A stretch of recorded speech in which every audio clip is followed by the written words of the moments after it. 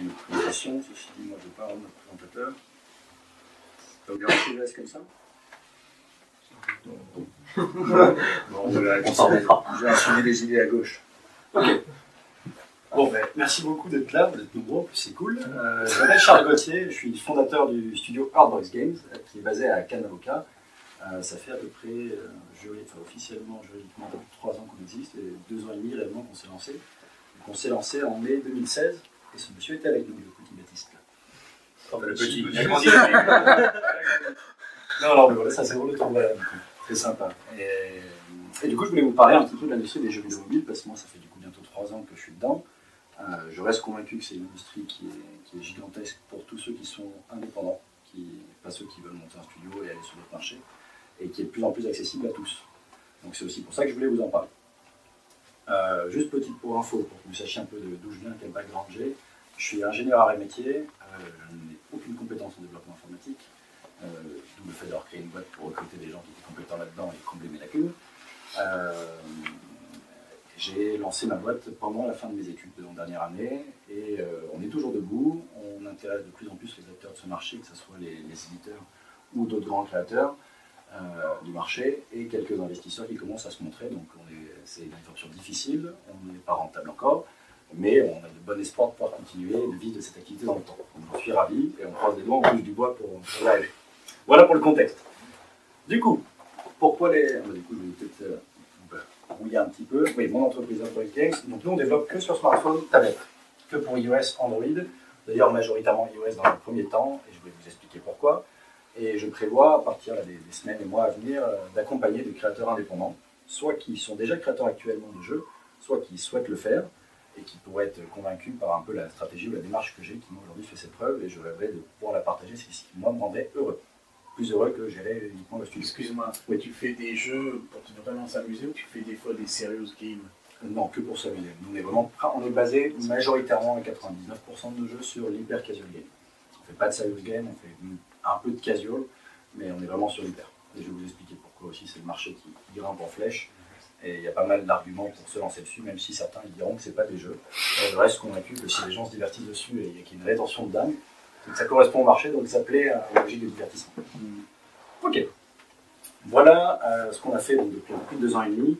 On s'est principalement rapproché des meilleurs acteurs de ce marché en termes d'édition. Donc on s'est rapproché de Ketchup, de Voodoo, Green Panda Games, Gameloft. Gameloft, pas pour le marché AAA, pas des AAA, mais ils viennent de lancer une filiale, ils n'ont pas encore annoncé tout à fait le nom, c'est en train de se mettre en place, pour l'hyper casual game, parce que tout le monde essaie de s'y insérer. Tasty Peel, Nanovation, Absolute Games Umbrella, et récemment, depuis aujourd'hui, Lion Studio qui ont fait Love Ball cet été. Et 2-3 autres jeux, ils sont en train d'éclater le marché, en particulier de passer devant Ketchup qui était le leader depuis quelques années.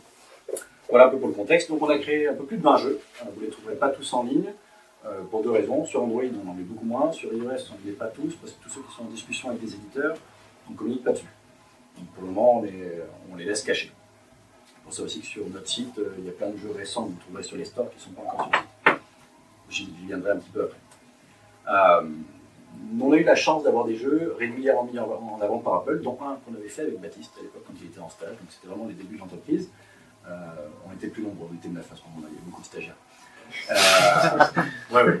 Ils cherchaient tous du boulot, hein. Il y en avait à ce moment-là. On a eu la chance d'avoir les jeux mis en avant par Apple, donc ça s'appelle avoir une feature. Donc Apple va dire ok, ben moi je te place dans les pages de recherche, soit sur la première, donc là c'est le Graal, hein. C'est assez génial, soit sur des pages un peu secondaires, catégories arcade, action, et des types de jeux. Donc on a été mis 180 fois en avant dans plus de 55 pays. Ça paraît intéressant comme ça, c'est pas ce qui nous fait vivre. Ça marche pas. Ça aide, mais c'est pas suffisant pour faire fonctionner un studio de X personnes. Ou alors il faut y rester quelques temps. Donc on a quand même généré des dizaines ou des centaines de téléchargements selon nos jeux. Donc ça a été quand même un grand plaisir de faire ça jusque-là. On a d'autres ambitions depuis.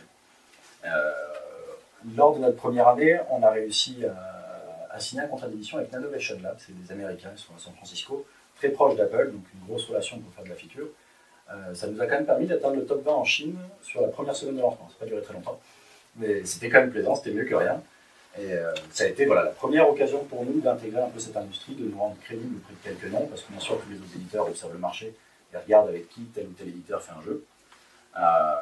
Donc ça nous a vraiment permis d'entrer dans la cour des grands. Moi, j'ai remarqué un grand changement dans notre stratégie et dans notre écoute vis-à-vis des grands noms à partir du moment où on avait signé un premier contrat. Donc on a pu rencontrer de nouveaux acteurs, éditeurs comme créateurs de jeux.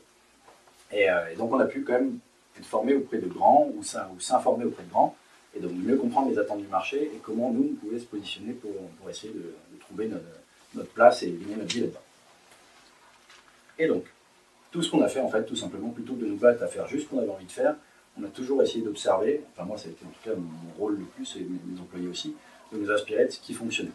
On n'a jamais essayé de copier, ça n'a pas d'intérêt, c'est pas plaisant, c'est pas excitant. Par contre, de s'inspirer et de comprendre ce qui pouvait fonctionner ou non, dans les types de jeux qu'on pouvait faire, dans les analyses de marché pour définir les projets ou le choix de prioriser tel ou tel jeu qu'on allait prendre, ça nous a beaucoup aidé. Et à force de répéter, de faire des protos et d'insister là-dessus, on a réussi à affiner nos stratégies, nos processus de création. On est passé à peu près d'un temps de développement entre 1 mois et demi et 3 mois pour un jeu, à aujourd'hui entre 4 et 8 jours, pour développer un proto avancé. C'est-à-dire qu'il ne va pas y avoir toutes les fonctions metadata de pub, de réseau social ou autre, mais tout le core gameplay est complètement basé, solide. Il n'est pas forcément très bien habillé, le niveau design, on ne l'a pas poussé à ce moment-là, mais ça nous permet d'avoir un test sur le marché en termes de gameplay qui est très satisfaisant. On fait du 20-80, on passe 20% de notre temps avec les 80% de la valeur du gameplay. On sait s'il y a tel ou tel chiffre qu'on a tout intérêt à continuer le développement ou à l'arrêter. Donc on minimise nos risques. Et ça, on ne pensait pas le faire à la base. On s'est formé auprès de Trey Smith, pour certains qui connaissent peut-être, ceux qui ne sont pas développeurs, j'imagine plutôt les designers, qui est le fondateur de Buildbox. Donc c'est une espèce de game maker, sans pas obligé de coder, maintenant on peut rentrer dans le code quand même, c'est du JavaScript, depuis la version 3D, parce que c'est le seul logiciel qui permet de faire des jeux en 3D sans savoir coder. Je vous inviterai à regarder, ils ont baissé leur prix, ils font des licences à 15$ par mois maintenant, c'est assez intéressant. Donc lui a fait 60 millions de téléchargements dans son histoire, les 5 dernières années, en travaillant beaucoup avec Ketchup. Et on s'est rendu crédible à ses yeux parce qu'on doit être le seul studio de son équipe un peu qui l'a accompagné à avoir tenu l'année, à ne pas avoir lâché le rythme. Et ça nous a permis de nous ouvrir des gros contacts dans l'industrie. Au moins, ça ne nous a peut-être pas fait vivre encore, mais ça nous a permis d'ouvrir le réseau. Voilà, donc on a quand même une expérience jeune, mais qui reste assez forte dans l'industrie parce qu'on a quand même réussi à discuter avec un grand nombre d'acteurs et à bien comprendre ce qu'aujourd'hui voulait le marché. Et on a surtout compris qu'il y avait un gap entre ce que les créateurs de jeux voulaient, faisaient, et ce que les éditeurs cherchaient et pouvaient apporter. Donc on reste confiant sur la possibilité de notre studio de vivre pleinement de son activité dans les mois à venir. Il y a des belles surprises qui arrivent, mais je n'ai pas forcément le droit d'en parler. Je suis en contrat de confidentialité. Comme dans l'industrie, je vous parlerai après comment fonctionnent les contrats, on va y venir. Voilà, donc moi si j'avais un conseil à vous donner pour ceux qui veulent créer des jeux, si vous avez envie de le faire pour gagner votre vie ou pour le faire en passion, il y a quand même deux voies différentes. Et je serais plutôt d'avis de vous dire de prototyper, de tester à mort, d'affiner, parce qu'il n'y a que comme ça que vous allez apprendre d'échec en échec. Le premier jeu ne marchera pas, c'est utopique de l'imaginer, ça arrive une fois par an, mais ça vous rendra plus performant. Nous, ça l'a fait en tout cas. Minimiser le temps, mieux choisir les projets, on augmente complètement le potentiel de rentabilité d'un jeu. On pourra en discuter après dans les questions. Mais je voulais surtout vous parler aujourd'hui des changements de l'industrie et pourquoi aujourd'hui pour tout créateur indépendant ça devient intéressant de s'intéresser à ce marché. Il y a eu 5 gros changements durant les dernières années sur le marché qui est naissant il y a un peu moins de 10 ans, 9 ans et quelques. Surtout sur iOS, Android m'y intéresse moins, c'est beaucoup moins rentable.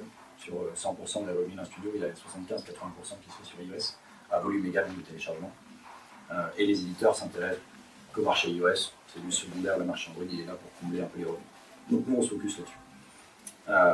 Les 5 gros changements. Il y a eu tellement de changements durant les années ça peut arriver sur 3 mois, 6 mois. Il faut toujours être à l'écoute du marché, de ce que veulent faire les plateformes. On est dépendant des plateformes. Si je mets en ligne sur Apple, iOS il décide de changer ses règles d'utilisation, de mettre du PNG là, du JPEG là. Bon, c'est chiant déjà ça, mais alors quand c'est sur le marché plus global qui pourra nous faire gagner notre vie, ça nous embête pas juste 30 secondes pour faire le truc, ça va nous embêter sur 6 mois. Donc il faut être attentif à ça. Et à l'époque, quand j'ai étudié le marché pour monter l'entreprise, ça devait être fin 2014, début 2015, j'avais l'impression que le positionnement par mots-clés, comme pour le SEO dans le web, c'était le ASO pour App Store Optimization sur les stores, c'était la meilleure stratégie en tant qu'indépendant pour réussir à rendre visible ces jeux, vis-à-vis des recherches. C'était vrai à ce moment-là. Il a fallu que j'attende un petit peu de terminer des études, de monter le studio, que ça a complètement pivoté, et ma stratégie était à l'eau. Donc il a fallu pivoter, sinon je pense qu'on serait déjà mort. Et je m'en suis rendu compte en observant les grands acteurs de ce marché. L'App Store Optimization a été complètement arrêté. Ils n'utilisent plus, ça reste un bonus pour eux pour générer 50, 100 000, 200 000 téléchargements de plus. Mais c'est pas ça qui les fait vivre et c'est pas leur stratégie de combien. Du coup, quels ont été les gros changements? Petit 1, en tout cas je parle que d'iOS, hein, pas d'Android, même si sur Android il y a des analogies à faire. La recherche est devenue de plus en plus diluée parce que tout simplement il y avait de plus en plus de jeux mis en ligne. Le catalogue grandissait et si on tapait un ou deux mots-clés, on allait avoir 50 000 résultats dans les recherches. Donc à moins des premiers, deuxième ou troisième, personne ne scrolle jusqu'à la page 10 même, donc c'était galère. Il y a eu un ajout sur iOS dans les onglets du bas des tendances actuelles, donc les gens ne s'embêtent même plus à aller chercher un mot-clé, ils vont dans les tendances, puis ils prennent le premier venu, ils veulent juste se divertir, ils ont la flemme de passer à l'action, ils n'ont pas une recherche précise, du moins pas 100% des utilisateurs de la plateforme. Et Apple, bien sûr, hein, maintenant qu'ils avaient beaucoup d'utilisateurs, ils ont décidé de mettre de la pub. Donc la pub se met en premier résultat. Oui, c'est juste quelqu'un qui peut taper sur le clavier. Ouais, c'est bon, ça marche. Les annonceurs payent cher pour être visibles, donc Apple les met en premier. Donc forcément, les autres résultats naturels sont derrière en organique. Quatrième gros changement, ils ont modifié leur algorithme. La plateforme gagnant en maturité. Google le fait aussi. On ne sait déjà pas comment fonctionne leur algo. Mais en tout cas, ça a bien changé parce qu'aujourd'hui, il n'y a vraiment que les applis qu'on appelle mainstream, donc celles qui sont bien connues, bien notées, fortement utilisées, qui vont mettre en avant par rapport à un petit indépendant qui se lance. Même si l'algo fait bien son truc, bon, on a tendance à être moins visible. Et ça, c'est peut-être un des plus importants parce que les gens sont feignants et ne vont pas scroller beaucoup après avoir cherché un mot-clé. On est passé d'à peu près 5 résultats visibles sur l'écran sans avoir à scroller à 1,5. C'est-à-dire qu'on voit juste le haut de l'icône du deuxième. Donc si on n'est pas top 1, on est encore moins visible sur ces mots-clés. Donc conclusion, voilà, les indépendants ont commencé à être de moins en moins visibles et il a fallu changer un peu de stratégie. Et ça, cette stratégie était aussi très utile sur l'App Store Optimization, donc complètement tombé à l'eau.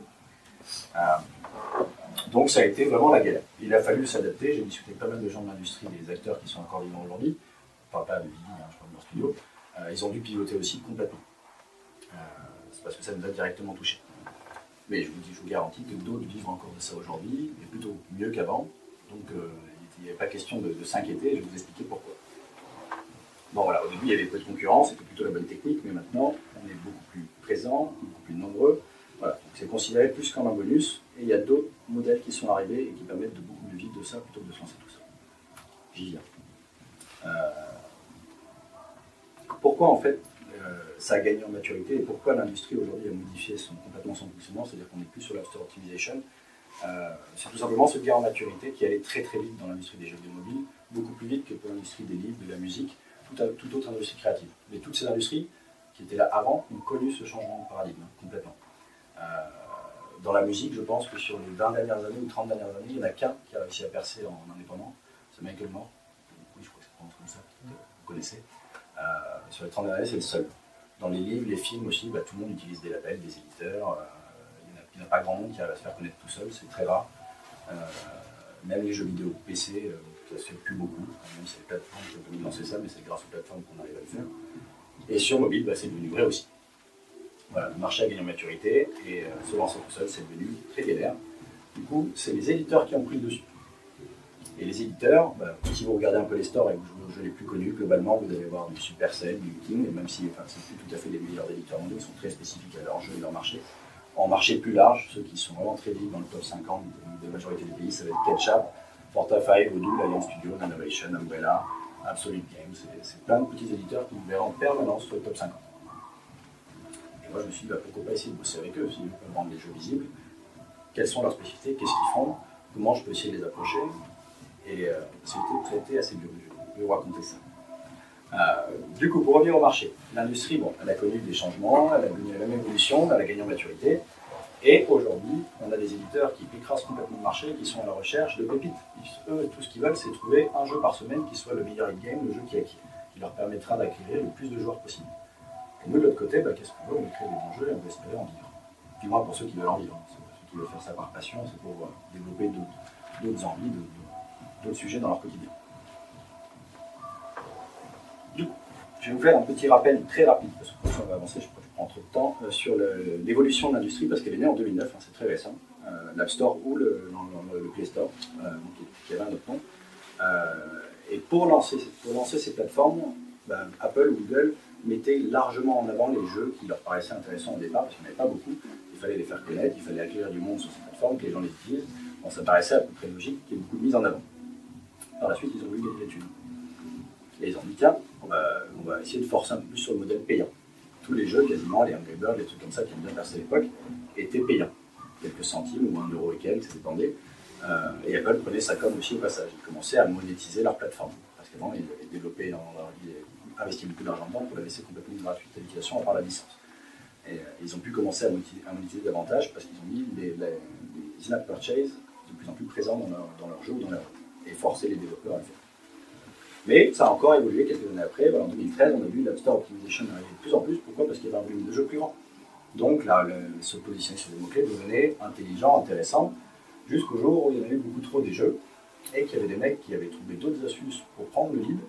Ils s'appellent des éditeurs et c'est à peu près depuis 2016 que ça évolue. Voilà pour vous faire juste le rappel historique un peu de la frise. Alors, qu'est-ce que je voulais vous dire là-dedans ? Je vais peut-être sauter quelques slides parce que je ne veux pas vous prendre trop de temps. Bon, on va sauter ça. Qu'est-ce qui est intéressant dans l'édition ? Moi, j'entends beaucoup de créateurs de jeux autour de moi, développeurs ou non. Il y a deux discours. Il y a ceux qui sont assez ouverts à l'idée de travailler avec un éditeur ou de travailler avec un partenaire pour s'occuper de tâches où il n'est pas très bon ou alors il n'a pas envie de passer le temps, promotion, marketing, analyse du marché quand le jeu est en train d'être sorti pour optimiser ses campagnes publicitaires d'acquisition. C'est un boulot dingue, c'est un métier à part, et c'est même plusieurs métiers en un. Donc il y en a qui sont complètement réfractaires à aller travailler, ils veulent tout réussir par tout seul. J'étais un peu comme ça au départ quand j'ai lancé une boîte, c'était mon grand rêve. J'ai vite compris que j'allais me planter et j'ai décidé de remettre un peu ma vision en question et peut-être y revenir plus tard. Ça reste toujours un objectif que j'ai de devenir éditeur, mais je me suis positionné comme ça. Et il y en a d'autres par contre qui sont ravis de le faire. Et de tous ceux avec qui j'ai discuté qui sont ravis de le faire, il y en a qui sont pas encore arrivés, et ceux qui sont arrivés disent que pour rien au monde ils regrettent leur choix. Donc moi je reste convaincu que ce choix-là, celui que j'ai fait il y a quelques mois ou années maintenant, de pivoter vers la recherche de partenaires, j'en suis plutôt convaincu aussi. Je vais vous donner quelques chiffres d'ailleurs de ce qu'on peut gagner en tant que créateur indépendant dans l'édition et en solo. Ça peut donner envie à certains. Ou leur faire changer d'avis. Voilà. Et puis nous, ça nous permettait surtout, notre passion initiale, c'est de créer des jeux. Donc de nous concentrer pleinement là-dessus et pas de se prendre la tête avec d'autres sujets qu'on ne maîtrise pas. Bon, il ne faut pas oublier que la dernière phrase, en lien avec les tendances actuelles, reste peut-être ce qui est le plus important. C'est ce qui fait la différence entre 90% des créateurs de jeux et 10% sur ce marché-là. C'est-à-dire ceux qui se font plaisir à créer un jeu et ceux qui veulent en vivre. En général, celui qui veut en vivre ne fait pas directement un jeu pour se faire plaisir, il fait un jeu. Là où il prend le plaisir, c'est dans la création, mais dans l'analyse du marché pour trouver l'idée de jeu, il ne prend pas forcément le jeu qui lui plaît le plus. Il prend le jeu qui a le plus de cache verte cochée pour être validé. Évidemment, il faut savoir le soumettre à un éditeur qui lui va se charger de tout. Je vous en parlais tout à l'heure, le marketing, la promotion et les analyses de marché avant la sortie, pour savoir si le jeu que vous leur proposez peut être intéressant, et après pour le suivi du lancement. Honnêtement, c'est pour avoir mis pas mal de gens en ligne avant de me tourner vers eux, et pas gagner beaucoup d'argent, si ça peut pas être proche du zéro, j'ai vite compris que c'était pas fait pour moi dans ce temps-là, sans les ressources internes qu'on peut avoir avec des financements ou autres. Du coup, comment fonctionne l'édition pour ceux qui ne sont jamais intéressés au contrat d'édition que peuvent proposer les éditeurs, ou je vais vous faire juste un petit rappel très simple, parce que ça dépend des éditeurs quand même, je ne vais pas rentrer dans le spécifique de chacun. C'est d'abord un contrat d'édition. Tout est marqué sur contrat. Le fonctionnement, la relation entre le développeur et l'éditeur. Il précise bien, à 100%, dans tous les éditeurs que j'ai rencontrés, il précise bien qu'on est propriétaire de notre jeu. On est les créateurs, on en a la propriété intellectuelle. On va juste céder le droit d'exploitation sur la durée du contrat. On signe un contrat, en général, c'est majoritairement 24 mois. Il y en a qui vont jusqu'à plus loin. Mais en gros, pendant 24 mois, c'est eux qui ont le droit d'utiliser, de l'exploiter. Logiquement, vous n'avez pas trop le droit de communiquer dessus, sauf si c'est après eux. Et voilà un petit peu simplement les limites du contrat. Donc chacun fait sa partie du boulot et chacun récupère une partie des bénéfices. Est-ce que vous avez une idée de la partie des bénéfices que l'éditeur est prêt à donner à un développeur ? 30%. 30%, ok. 50. 50. 10. 10 pour l'éditeur ou le développeur ? Le Pour le dev. développeur. 10 pour le dev. Un peu sévère. 10% de Bah, et 20. C'est la bonne réponse. 30, j'en ai pas rencontré un seul qui font 30, j'ai rencontré du 60-40 et du 50-50. Donc il reste quand même honnête. Ah, ça va. Mais ils ont tout à fait compris, en tout cas pour les meilleurs du marché, ils ont compris que sans les développeurs, il fallait lâcher. C'est moi qui gagnais. J'ai rien à offrir. J'ai rien à offrir. Il y a l'apéro après. Ça. Donc bon voilà, c'est quand même rassurant quand vous sachez que c'est de 50-50 Alors, 50-50 sur les bénéfices nets, je vous le précise. C'est-à-dire que si Comme le la jeu a ramené 1 million, mais qu'ils ont mis 500 000 dans la pub pour faire de l'acquisition, c'est 250 chacun. Oui, bon, 250 000, je prends. Ça peut être en dizaines de millions sur les meilleurs jeux. Et je parle pas de Fortnite, je parle de jeux hyper casual. Hein. Petite question par rapport au droit d'exploitation. Vous dites qu'on n'a plus le droit après, en tant que créateur de jeu, de communiquer sur le jeu. Alors, tu as le droit de communiquer, mais tu n'as pas le droit de communiquer avant eux. Parce que sinon, tu casses la campagne C'est de leur lancement job, qu'ils ont. C'est leur job. D'accord. Donc tu casses pas leur jeu. Ok, C'est donc comme ça- toi, ils vont pas ça- te dire ton jeu, non, tu modifies ça. S'ils veulent Non, ton mais jeu, je ils le pense qu'on prennent. peut au moins s'afficher comme étant développeur. Ah ouais, de toute façon, en général, un splash screen, les éditeurs sont réglo là-dessus. Hein. Il y a les logos des deux au lancement du jeu, sur leur site web. Ils ne communiquent pas forcément là-dessus. C'est On pas va toi les qui fais crédits. les pubs. Non, Ouais, non, bien mais sûr. tu as le Toi, droit toi, d'avoir toi, ton site web, ta page Facebook, tout ça pour communiquer sur ce que tu fais. Simplement, tu attends la date du lancement. D'accord. Et si tu es en relation avec l'éditeur avant, quand tu es en cours de production du jeu, tu ne communiques pas dessus. Tu as un truc à perdre la relation avec l'éditeur, c'est bon. Donc, on est bien d'accord du coup que le jeu apparaît comme étant, enfin sur l'application quand on la lance, celui de l'éditeur. C'est la marque de l'éditeur. C'est la première marque visible. En dessous, il y a la marque du développeur et ils n'ont pas de la mettre 50% plus petite. Hein. Ils sont pas simples à ce point-là. Mais comme tu veux, puis mais juste Ok. les mots dessus. D'accord. Voilà un peu pour l'idée. Ok. Voilà, donc chacun prend sa part du gâteau. Et pourquoi ça devient intéressant? Pour avoir essayé en solo avec peu de budget publicitaire, pas de relation d'influenceur, pas de contact dans l'industrie, de magazines, de journaux ou autres pour m'aider à montrer mes produits, clairement en solo, dur de s'en sortir. Je ne sais pas quelle est ton expérience sur le chiffre Clairement. d'affaires. Bah, mais moi, clairement, je sais pas comment c'est les jeux en vidéo pour en vivre. J'ai fait des jeux vidéo parce que j'avais un. Parce que ça te plaît? Non, même pas. Je fais des jeux qui étaient des outils pour mon fils ou des gamins en truc d'apprentissage. D'accord. C'était pour eux. C'était pas pour faire des sous. Ok. Maintenant que je sais en faire, gagner des sous avec, ça m'intéresse. Donc continue. Alors, clairement ça devient très intéressant. Moi, c'est pour ça qu'aussi, depuis 3 ans, tout le monde me dit que tu aurais pu l'arrêter. Non, je lâche rien, j'ai la niaque. Je suis convaincu qu'on gagne chaque jour et qu'on s'approche de plus en plus du but ultime qu'on souhaite atteindre. Et il y en aura d'autres des objectifs à développer. C'est plutôt une belle aventure. Bon, du coup, pour revenir en solo, vous allez vous faire 100% du gâteau. Ça paraît normal. Mais bon, si le gâteau il est minuscule, vous n'allez pas gagner grand-chose. En allant toucher les éditeurs, selon le niveau de l'éditeur, vous allez partager, on l'a vu tout à l'heure, 50% environ, à des bénéfices nets. Sauf que ce sera 10 fois plus gros, 1000 fois, 100 000, 10 millions de fois plus gros, ça dépendra du succès du jeu. Mais en général, les éditeurs avec lesquels nous on est en relation, ils font, pour un jeu correct, 10 millions de téléchargements sur la première année, sur les 6 premiers mois. Je te coupe, c'est vraiment une question sur le sujet. Et les éditeurs, bon, quand ils choisissent un jeu, c'est qu'ils y croient un minimum. Est-ce que tu as une idée du taux de jeu qu'ils acceptent durant le temps et en fait le gars ça rapporte rien, et du coup le gars qui y croyait au million il aura rien. Tu as des nombres de jeux qui reçoit en candidature et qui refuse? C'est-à-dire que l'éditeur il dit oui, et puis finalement le jeu ne rapporte pas d'argent. Ouais, ça m'est arrivé. Oui, ça t'arrive bien sûr, mais tu as une idée du taux de jeux comme ça qui ne fonctionne pas? Selon les éditeurs, beaucoup entre guillemets, parce qu'il y a des éditeurs qui vont, je vous pose dessus, il y a des éditeurs qui fonctionnent à l'intuition. Grosse connerie, je travaille plus. C'est sympa, ça fait plaisant, ça fait son ego, ouais cool, j'ai un jeu qui a plein d'éditeurs, ouais, c'est pas ça qui me fera gagner ma vie d'ailleurs. On l'a fait, le premier jeu qu'on a fait c'était Orbit Loop, il a dû faire, c'est pas énorme, 200 000 téléchargements, on a vite compris qu'il n'y avait plus beaucoup de téléchargements. On appelle l'éditeur, qu'est-ce qui se passe? Et l'éditeur dit non, il n'est pas très rentable ton jeu, je coupe la pub. Bah super, mais tiens-moi au courant, et je gagne quoi là-dessus? 0. Ah bon. Merci, c'est à peu près ça dans le jeu synthétique, je caricature. Donc voilà, c'est l'ascenseur émotionnel, et il y a des éditeurs qui sont beaucoup plus puissants sur le marché aujourd'hui, mais ils éclatent tout. Et eux, ils sont très transparents. Si ton jeu fait tel et tel chiffre de rétention à D1, D7, c'est des rétentions après une journée ou après 7 jours d'utilisation, je te paye le temps, ou ce sera entre telle tranche et telle tranche selon tel autre paramètre. Et du coup tu sais ça rapidement. Tu sais la signature du contrat même avant même d'avoir fourni un jeu. On a signé, quand tu vas dire le nom de quel éditeur, mais on a signé 2 contrats d'affilée avec le plus gros aujourd'hui, je pense, sur ce marché, sauf si on parle de l'Asie. Quand ils ont choisi un studio avec lequel travailler, ils ont choisi pas beaucoup par an dans le monde, ils verrouillent large, ils ratissent large et ils en sélectionnent quelques-uns, ils garantissent qu'ils filent à chaque proto qu'on peut livrer, à chaque jeu qui peut dépasser tel ou tel niveau. En gros, c'est simple. Si vous faites des jeux mobiles qui dépassent 50% de rétention à D1 et 20% à D7 après une semaine, venez me voir. Je vous mets en relation avec ces gens-là. Et vous changez votre vie peut-être. C'est ces chiffres-là qu'il faut faire. Ouais, donc je vais vous les envoyer. Je peux vous envoyer la présentation de ça aussi. Bon voilà, donc pour revenir à ça, moi l'édition, je me suis dit tiens, il y a peut-être quelque chose à faire. Moi, mon rêve, c'est pas de faire des jeux tout seul dans mon coin. Il y en a qui veulent ça, et moi aujourd'hui j'aimerais plutôt les accompagner d'ailleurs. Moi mon rêve c'était d'avoir une équipe, c'était de monter un studio, de créer cette effervescence, c'est ce qui me plaisait. Et fait mon cœur. Et pour revenir du coup sur la difficulté d'être tout seul, il faut simplement savoir, rien que sur iOS, il y a 7000 jeux, 7000 applications, jeux mis en ligne par semaine, et Apple n'en avant que 10 dans les bonnes semaines. Donc ça nous est arrivé une fois, et dans un pays, c'était la Chine, on a été mis en avant sur la première page, ça a duré quelques jours, bon c'est cool, ça fait 50 000, 60 000 téléchargements par jour, un peu moins, mais c'est pas le Saint Graal, mais du coup, c'est le seul truc qui permet de générer des téléchargements gratuitement, à moins d'avoir une communauté de dingue derrière soi, une chaîne YouTube où il y a 1 million, 2 millions de followers, on ne fait pas grand chose.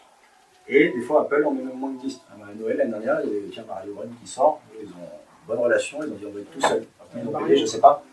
Donc Mario a fait plus d'un million, je sais plus, j'ai plus le chiffre en tête, mais bref, bon, Apple a mis ça comme aussi au passage. Nintendo pour l'accueillir quand même. Voilà, ils ont mis le tapis rouge. Ouais. Donc voilà, donc être dans les 10 préférés d'Apple, c'est pas facile. Et tomber sur une semaine où il y a beaucoup de concurrence, quand on ne sait pas trop comment lancer un jeu, on est mort. Donc avoir bossé 6 mois sur un jeu et le sortir sur une semaine où il y a d'autres gros qui sont dessus, voilà, on est aux oubliés. Bon voilà, et les éditeurs, eux, c'est cool, il y en a qui tiennent compte des features. Nanovation, Absolute Games, Tastically, c'est les plus petits. Eux, ils ont des très fortes relations auprès d'Apple et de Google. Et eux, ils se basent quand même là-dessus pour une partie de leur business model. Donc c'est pas les plus gros. Ça vous permettra quand même de gagner un peu votre vie avec eux si votre jeu est performant. Pour les autres, ils n'en ont rien à faire, ils ont d'autres stratégies. Je vais vous donner quelques chiffres. Ils ont chacun leur spécificité. On pourra en parler, mais si on rentre dans le détail de chacun, on en a pour des heures. Mais ils ont tous quelque chose en commun. Tout ce qu'ils ont fait pour avoir leur force de frappe aujourd'hui, ils sont les seuls à l'avoir fait quasiment. Et donc c'est très dur à faire. Ketchup, elle doit être pas loin du milliard de téléchargements publiés aujourd'hui. Donc ils ont une base d'utilisateurs gigantesque existante encore, même s'ils l'ont perdu. Donc quand ils font du cross-promotion auprès de leurs utilisateurs, le jeu monte dans les rankings directs. Fortify, ils ont plus de 15 millions de fans aujourd'hui sur les réseaux sociaux, ça date un peu. Il y en a qui ont des très fortes relations auprès d'Apple et Google. Je ne sais pas si vous avez déjà essayé de prendre des contacts auprès d'Apple. C'est difficile de développer un réseau proche. Donc voilà, ils sont leaders sur le marché tout simplement avec leur spécificité. Bon, et nous, qu'est-ce qu'on peut faire? Je vais aller vite sur cette slide. Je vous l'ai dit tout à l'heure, mon rêve c'était de devenir éditeur, de faire mes propres jeux, mon propre éditeur, tout ça. Bon, j'ai vite changé. Pourquoi? Parce que générer des centaines de milliers de téléchargements tout seul, c'était plutôt dur. Je n'ai pas réussi à le faire. Et donc on se concentre tout simplement sur créer un grand nombre de jeux pour être capable de faire le tri là-dedans et de proposer nos pépites aux meilleurs acteurs de ce marché pour les promouvoir, des spécialistes de ce marché. Bon, on va y venir, l'argent. Peut-être t'intéresser. Peut-être les autres aussi. On l'a vu, bon, il y a une partie des contrats où c'est du 50-50, 60-40. Il y en a d'autres qui peuvent donner du fixe. Je ne vais pas rentrer dedans parce que j'ai signé et c'est le seul du marché, donc je n'ai rien à dire, mais le fixe est élevé. C'est très élevé. Ça vous fait, pour un mec indépendant tout seul, vous pouvez avoir un changement de vie sur 3-4 années, même en ayant une famille. Pour avoir discuté avec des adultes qui ont des enfants et qui savent combien ça coûte, moi je sais pas. Les impôts te tombent dessus. Les impôts te tombent dessus, ouais, mais bon, c'est toujours mieux que peut-être le salaire de base, ou ça fait un bon complément. Tu payes des impôts si tu gagnes plus, c'est sûr. Bon. Alors par contre, pour l'argent, pour revenir au volume, je ne peux pas vous donner un chiffre exact de combien peut vous ramener un jeu, s'il est top 10 ou si...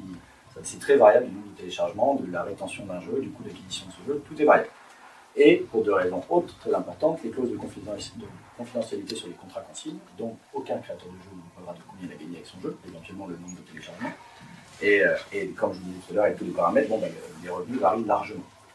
Donc vous allez voir la slide d'après, vous allez peut-être rigoler.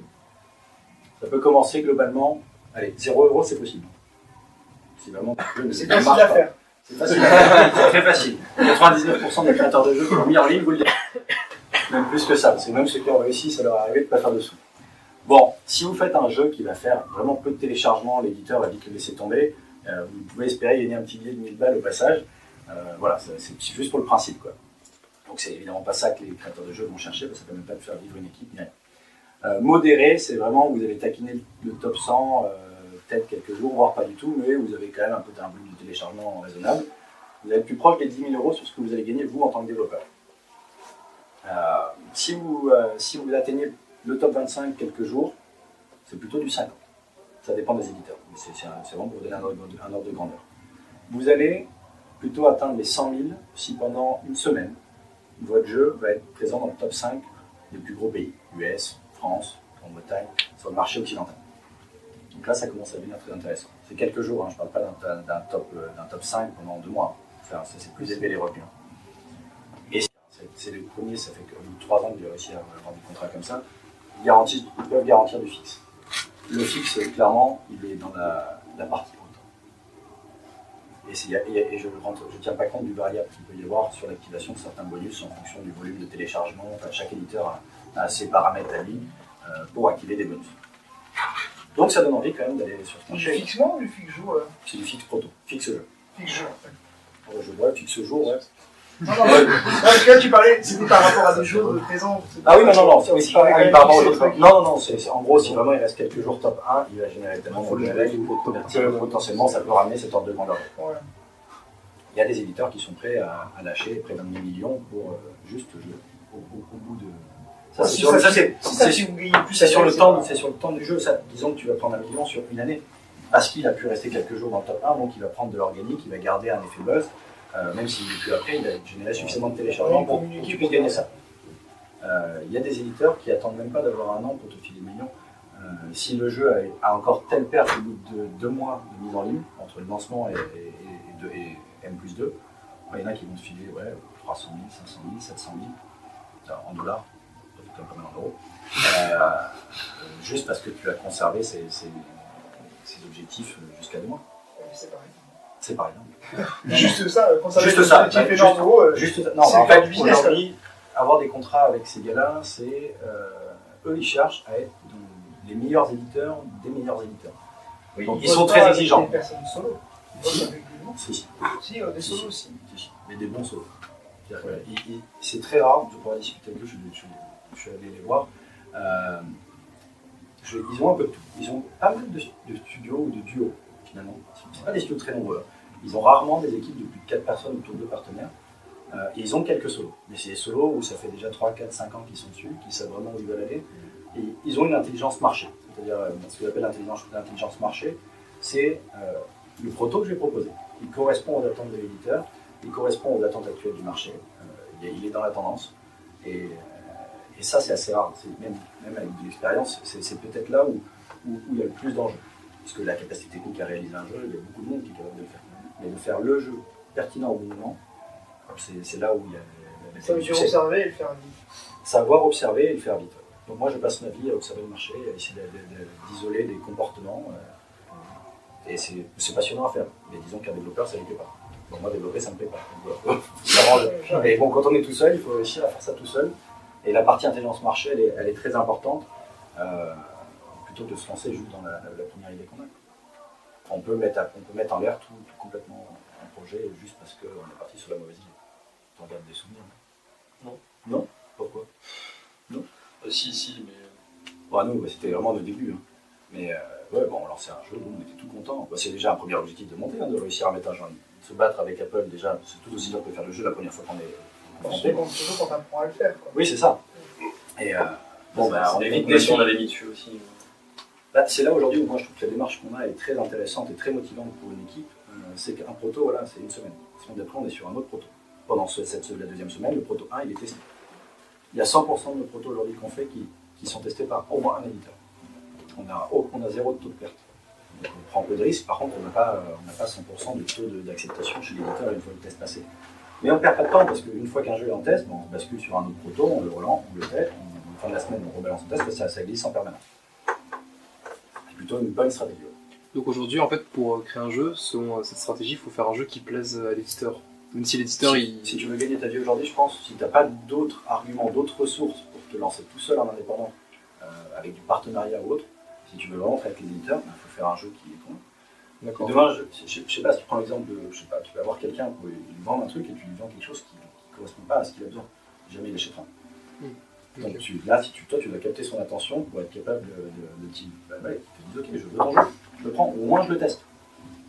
Parce qu'il y a des éditeurs qui ne sont pas cons, ils arrêtent l'intuition, ils vont au factuel, ok, on fait un test, je te finance, je sais pas moi, l'acquisition de 1000, 2000 joueurs, on regarde si sur ces 1000 ou 2000 joueurs, les résultats sont bons, est-ce que c'est un profil plutôt féminin, masculin, est-ce que c'est tel âge ou tel âge qui va percer plus, et eux, ils ont tellement de connaissances marché, tellement de big data, qu'ils savent si le jeu va marcher ou pas. Donc au bout de, entre une semaine et 10 jours après avoir lancé les tests, ils te donnent une réponse si oui ou non le proto il l'accepte. Si déjà tu n'as pas atteint les chiffres de la rétention D1 et D7, tu peux être sûr qu'ils te disent non.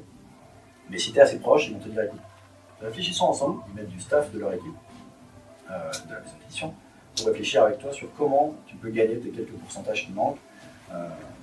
Et ça apporte beaucoup de valeur quand même. Moi, j'ai réussi à aller plus loin dans ma compréhension du marché depuis que je travaille avec eux, là, depuis 6-8 mois, parce qu'on a appris à leur côté aussi. D'ailleurs, petite question, est-ce que... il y a deux règles importantes à savoir pour la rentabilité d'un jeu, la rétention et le coût d'acquisition. À votre avis, quel est le coût d'acquisition recherché par les développeurs aujourd'hui, par les éditeurs aujourd'hui? Pour le marché hyper casual game, les autres, les AAA, on connaît beaucoup moins. Gratuit? Non. Gratuit. Maxi 1 euro. Maxi 1 euro, c'est le maxi de chez Maxi. C'est-à-dire qu'il va faire des tests à ce prix-là.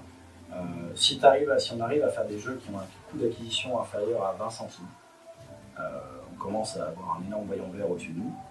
Et si on est en dessous des 10, c'est le Graal. En dessous des 10, c'est du Snake vs Block, c'est ce genre de jeu-là qui ont généré des centaines de millions de téléchargements, parce que justement, pas cher à promouvoir. Mais après, il y a toujours moyen de faire une application qui soit gratuite, mais que dans l'application, il y ait de la publicité, même si ça peut être... Ah oui, non, mais là, je parlais de deux trucs différents. Le CPI, c'est le nombre d'acquisition. Je fais de la pub pour que quelqu'un télécharge mon jeu. Je dis une connerie, je dis sur YouTube une vidéo du gameplay. C'est même pas pour lui vendre quelque chose, c'est juste pour qu'il teste. Il n'est pas encore client, il est juste prospect, il se balade sur le web, il voit ta pub, il télécharge, donc il devient client.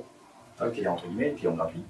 Et s'il passe à un acte d'achat dans ton jeu, il devient réellement client engagé de ton entreprise. Mais ah oui, peut-être une petite question, parce que moi je ne connaissais pas le marché PC, console et autres, mais mobile, il y a un certain volume de joueurs statistiquement qui passent à l'acte d'achat. Est-ce que vous sauriez nous dire quel est le pourcentage Sur iOS confondu, les deux confondus.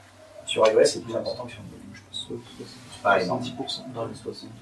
Ouais, 60, 70, ouais, 50%. moi je dirais 70. 40% qui sont... Je pense Vous que avez ça... jamais entendu parler de Fortnite.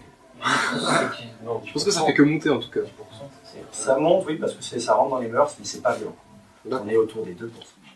Ah oui, d'accord. Il y a quand même un décalage. Non, il y a que Fortnite. Ouais. Fortnite, lui, il y a 70% de ses joueurs qui dépensent en moyenne 70 balles. Dans du pétrole.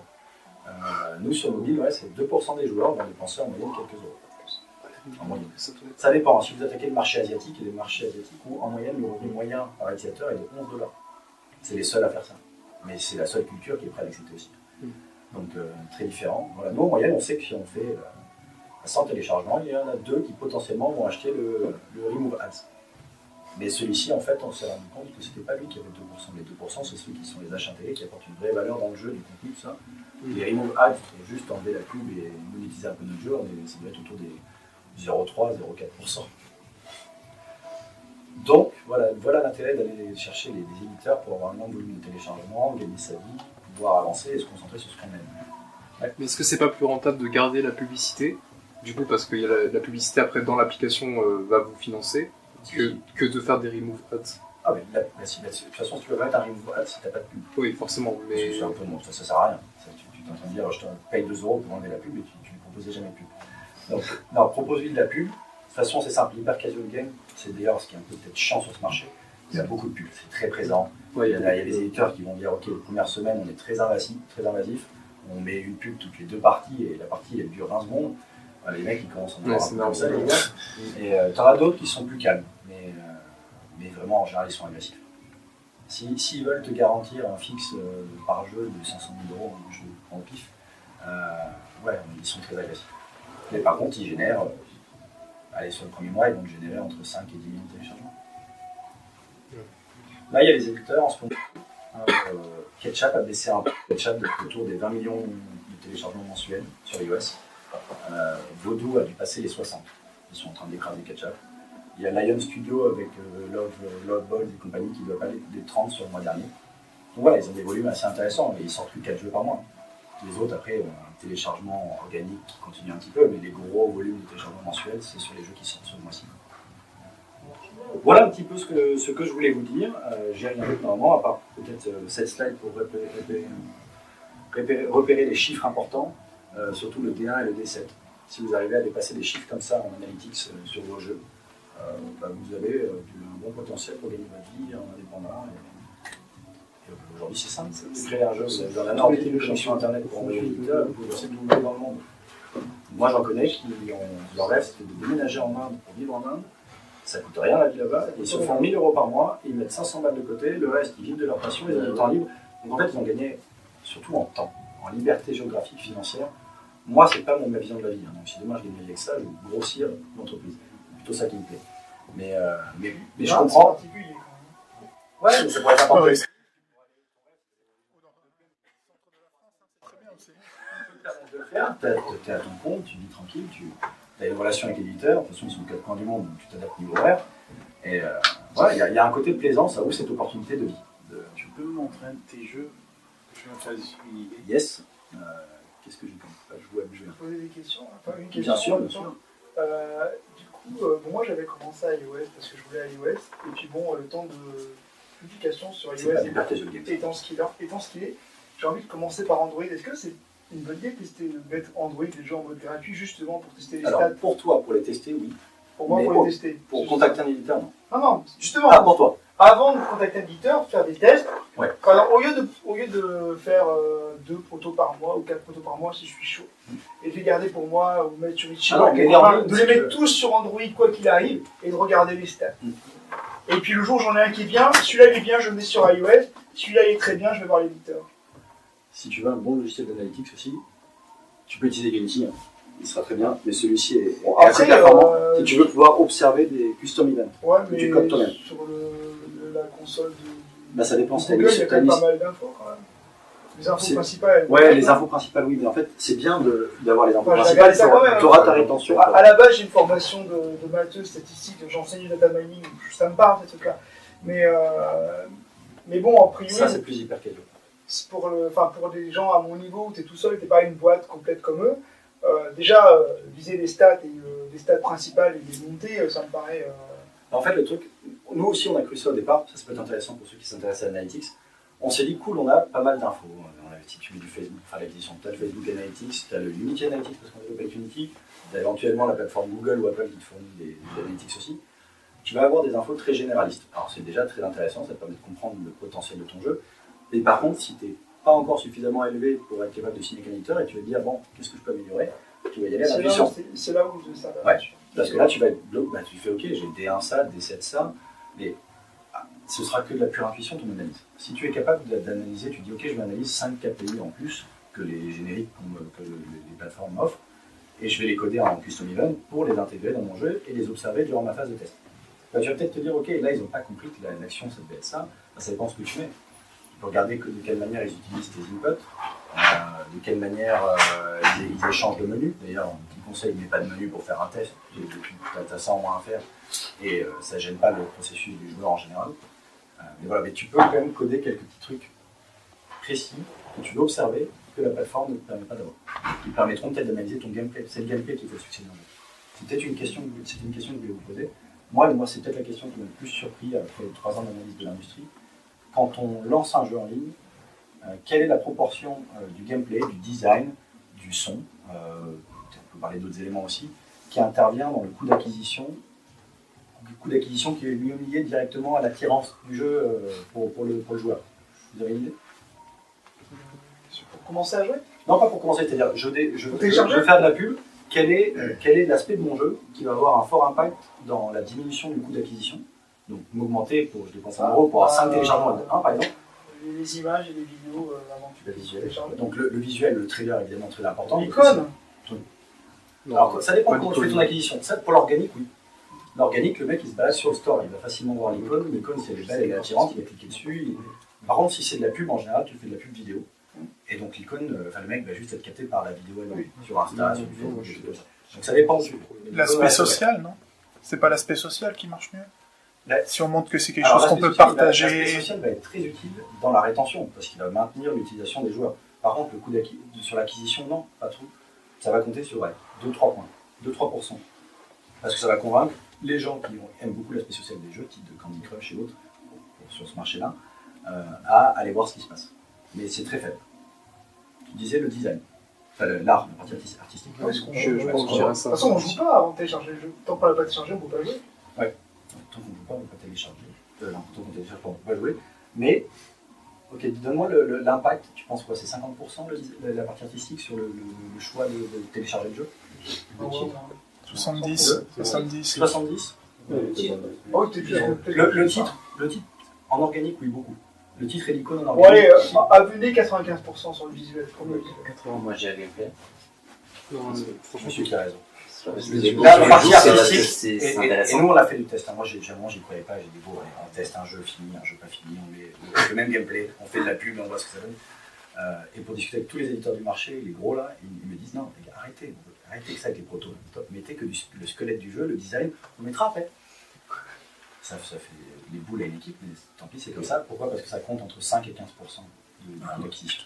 Tu mets un jeu en ligne qui a que des formes simples, du cube, et qui est concentré vraiment sur le gameplay, des cercles, vraiment du basique, pas de couleur, pas de teinte, que dalle, et tu fais le même, juste habillé, tu vas avoir 10 à 15% de réduction sur ton coût d'acquisition.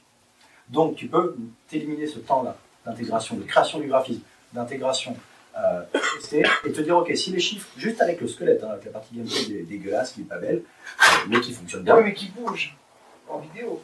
Ah, qui bouge, oui, bien sûr. Oui. Ah oui, je ne parle pas d'un mot. T'as fait ton gameplay. Tu dois bouger, que ça bouge bien. L'animation, elle joue autant que le graphisme. Regarde, là déjà, nous, sur celui-ci par exemple, celui-ci, bon, le design est simple. On n'a pas fait un design complexe. Oui, mais c'est propre, ça bouge bien. C'est propre, ça bouge bien, ça reste dans les tendances actuelles, avec un petit dégradé. Il y a des petits, je vous donnerai peut-être, si vous voulez, une trame classique de design qui va revenir aujourd'hui. Mais la première version qu'on a testée, clairement, c'était un fond dégradé basique et des cercles, et 2 carrés blancs. Quoi. On se pourrait casser la tête. Quoi. Il n'y avait pas beaucoup d'effets, il n'y avait pas de VFX. Les VFX sont très importants, tous les effets visuels en fonction des combos que tu peux faire, des choses comme ça. Ça, c'est tout l'aspect excitant que peut apporter le jeu aux joueurs et qui va augmenter la rétention du concept. J'ai une question. L'éditeur se charge de l'aspect plagiat des jeux? C'est-à-dire que ça ne ressemble pas trop à un Arkanoid ou ce genre de choses? Ils s'y intéressent quand tu candidates. C'est-à-dire qu'ils ne veulent pas que tu leur amènes un jeu qui est un copycat d'un autre. Pas forcément trop près.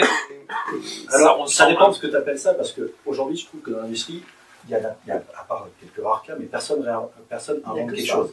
Il n'y a que de je me suis inspiré de tel truc, j'ai ajouté telle chose, j'ai mixé 2 idées de jeu. Donc tu retrouves toujours quelque chose qui te rappelle un autre jeu. Mais dans la démarche, dans la fabrication du prototype, ça rentre en ligne de compte cette reproduction, mais jusqu'à un certain taux. Ouais. Où on se dit, ah là on est trop proche, on dépasse 45%, et on baisse.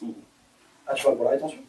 Non, pour la reproduction d'un jeu, c'est-à-dire on crée un fork d'un jeu majeur, Arkanoid, typiquement. Si tu arrives à apporter on le fork. Mais... En fait, si tu veux pouvoir de l'attention des éditeurs, il faut que tu crées quelque chose d'original. À la fois dans le design et à la fois dans le gameplay. Mais tu peux t'être inspiré à 80% d'un jeu. Et avoir ajouté un truc à toi. Et 20%, ça marche très bien. Il y a deux techniques. On utilise principalement 2 techniques. Et je vous le disais tout à l'heure, il n'y a pas un éditeur qui nous refuse le test d'un proto. Ça ne veut pas dire qu'on a fait notre game encore, il y a l'étape d'après. On fait soit du modèle and improve, donc on va analyser un jeu, on fait un reverse engineering pour bien comprendre comment il a été conçu. Et on le refait en ajoutant un truc, ou en enlevant un truc. Et souvent, ça donne une expérience de jeu qui peut être différente. Et à partir de là, on se dit, ok, on le présente à telle ou telle personne. Ou alors, on fait un mix. Un mix de jeux, on va prendre 2 jeux dont le gameplay nous paraît compatible. Et on va essayer de conceptualiser un concept là-dessus. Et après, on passe au... Il y a plein de game jams sur ce thème-là. Ouais. Mais de toute façon, c'est ce qui marche. De toute façon, c'est ce que vous faites, des game jams. Vous les faites en pro. On les fait en interne. Mais mais le temps de production, c'est de l'ordre de la game jam. C'est de l'ordre d'une grosse game jam. Ouais, pardon. Je propose qu'on continue après les discussions autour de l'apéro et... Pas de soucis. C'est pas pour péter l'ambiance, hein, c'est pour pas après occuper les locaux trop longtemps. Merci de m'avoir écouté. Voilà. Si vous avez besoin d'infos là-dessus,